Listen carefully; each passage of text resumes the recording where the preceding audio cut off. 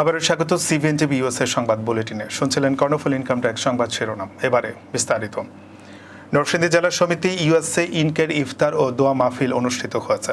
গত বুধবার নিউ ইয়র্কের উডসাইডের গুলশান টেরেসে এই আয়োজন করা হয়। অনুষ্ঠানে প্রবাসী নরসিংদীবাসী, ব্যবসায়ী, কমিউনিটি নেতৃবৃন্দ সহ বিশিষ্টজনেরা উপস্থিত ছিলেন। ইফতার মাহফিলের শুরুতেই দেশ ও জাতির কল্যাণ কামনা করে দোয়া ও মোনাজাত পরিচালনা করা হয়। এ সময় বক্তারা নরসিংদী জেলা সমিতির কার্যক্রমের ভূয়সী প্রশংসা করেন এবং ভবিষ্যতে আরও বৃহৎ পরিসরে এই ধরনের আয়োজনের আহ্বান জানান। ইফতার আয়োজনে গেস্ট অফ অনার হিসেবে উপস্থিত ছিলেন ইঞ্জিনিয়ার মোহাম্মদ এ খালেক।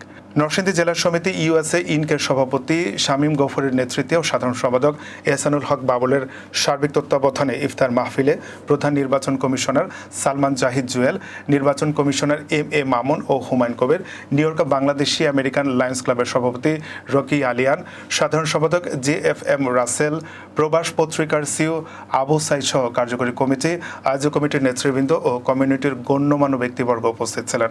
আয়োজকরা জানান, সংগঠনটি প্রবাসী নরসিংদীবাসীদের ঐক্যবদ্ধ রাখার পাশাপাশি বিভিন্ন সামাজিক ও সাংস্কৃতিক কর্মকাণ্ডের মাধ্যমে তাদের সেবা করে যাচ্ছে।